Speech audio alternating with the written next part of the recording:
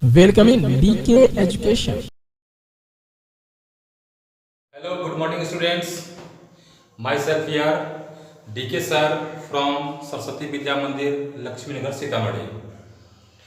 In today's class, in class 10th, we are going to start today heating effect of electric current. Now, my dear students, ध्यान देने की बात है कि heating effect of electric current. Electric current को flow करने के लिए कोई ना कोई सर्किट चाहिए, सर्किट में ही इलेक्ट्रिक का फ्लोरेशन होता है।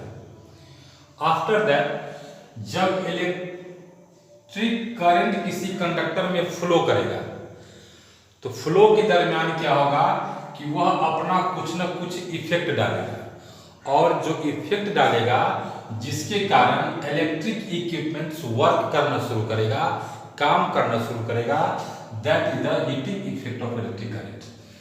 जब हीटिंग इफेक्ट में हम चलते हैं तो तीन प्रकार के हीटिंग इफेक्ट का हम अध्ययन करते हैं। माय डियर स्टूडेंट्स, सबसे पहले heating effect of electric current, heating effect of electric current, the first one. The second one is magnetic effect of electric current, magnetic effect of electric current, and the third one is the chemical effect of electric current. Here we have to describe only the heating effect of electric current. After that, जैसे जैसे हम लोग आगे जाएंगे तो magnetic effect of electric current के बारे में भी पढ़ेंगे और chemical effect of electric current के बारे में भी हम लोग पढ़ेंगे। व्हेन यहाँ पर heating effect of electric current को जब हम डिफाइन करते हैं तो when the current flow, when आपके पास कॉपी पेन होगा तो कॉपी पेन निकाल करके सामने रखिए और उसको लिख भी लीजिए। when the electric current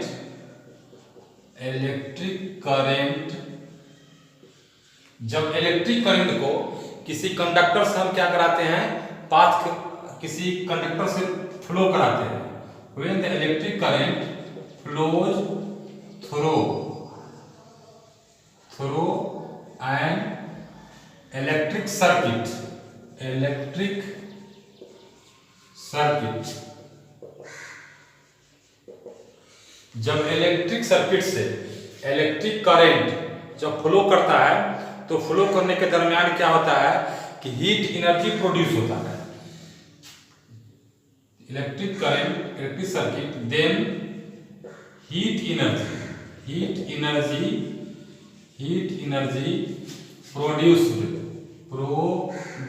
produces and the appliances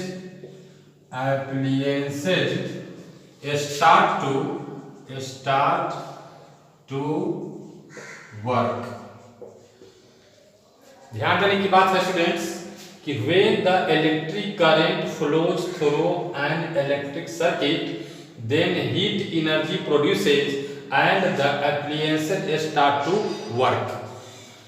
जब हम किसी इलेक्ट्रिक सर्किट से करंट को फ्लो कराते हैं तो उससे हीट एनर्जी प्रोड्यूस होता है, जिसके कारण इलेक्ट्रिकल एप्लायंसेज जो होता है वह काम करना शुरू कर देता है।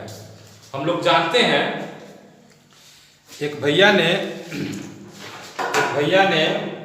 क्वेश्चन किया था कि इलेक्ट्रिक करंट में उनका नंबर है, भैया का नंबर है 9007232891।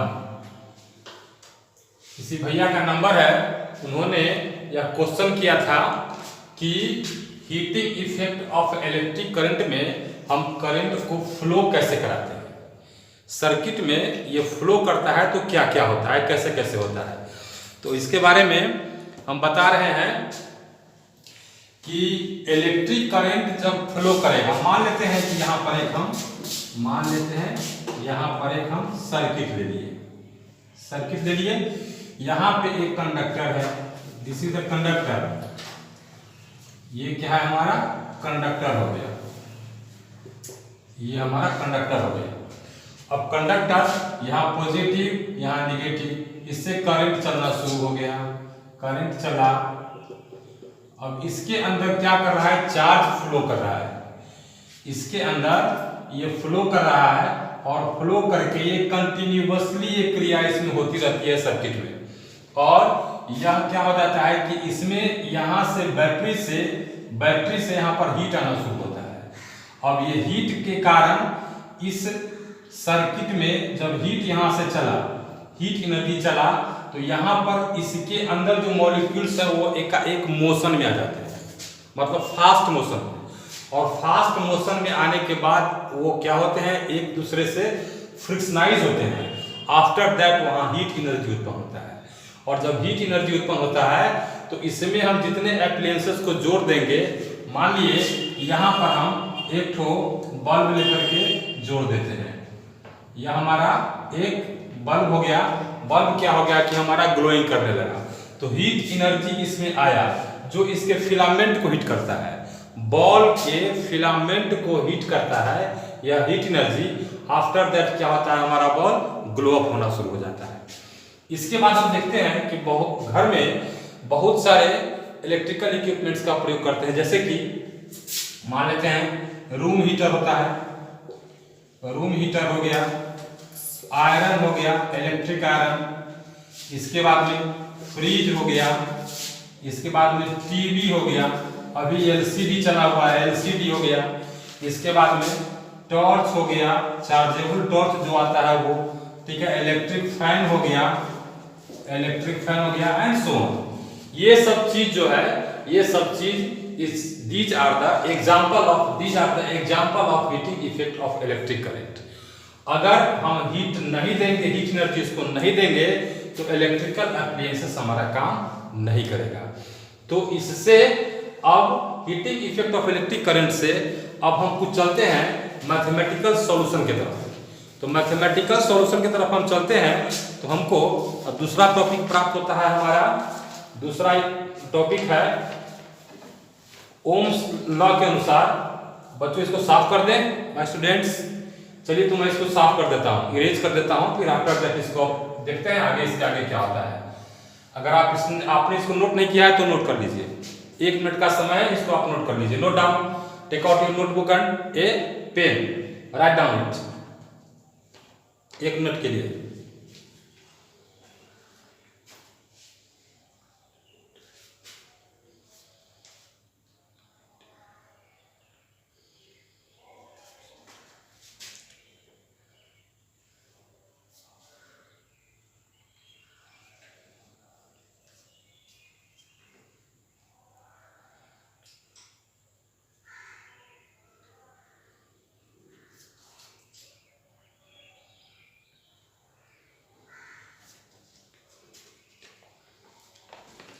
हो गया। तो नेक्स्ट अब इसको हम इरेज कर रहे हैं, अब इसके आगे हम देखते हैं कि क्या होता है।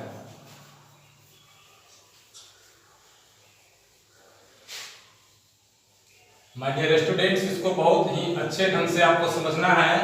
अगर आप एक एक स्टेप समझते चलते हैं तो आपको कभी दिक्कत नहीं होगी। अगर एक स्टेप भी अगर आप कहीं से मिस करते हैं तो फिजिक्स आपके लिए बर्डन बन जाएगा। ये केमिस्ट्री नहीं है कि रट करके याद कर लेना है, इसको बिल्कुल समझने की बात होती है। तो दूसरा टॉपिक है हमारा कि v square by r into T. This is the heating effect of electric current, heating effect of electric current. इसको सही से नोट डाउन करना है और समझना है।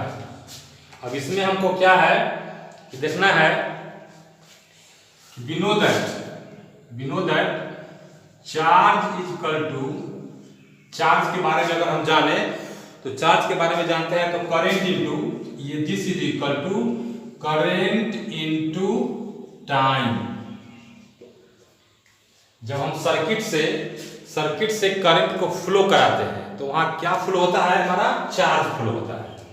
तो चार्ज फ्लो होता है, charge equal to current into time होता है। अब करंट के लिए, चार्ज के लिए अगर हम Q ले लेते हैं, करंट के लिए हम क्या ले लें, I ले लेते हैं, एंड टाइम के लिए T ले लेते हैं। Understood? Now Q is equal to I into T। This is the equation number 1 be left. इसको हम मान लेते हैं कि ये हमारा इक्वेशन नंबर 1 हो गया।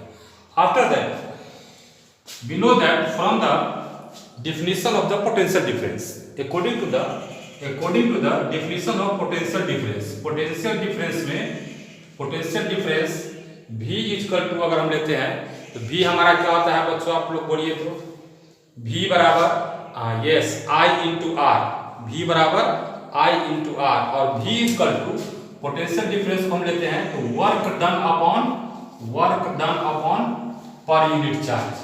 इसको हम लिखते हैं वर्क डन पर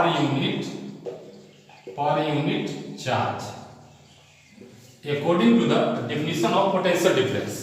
अब now potential difference is denoted by V is equal to W upon Q।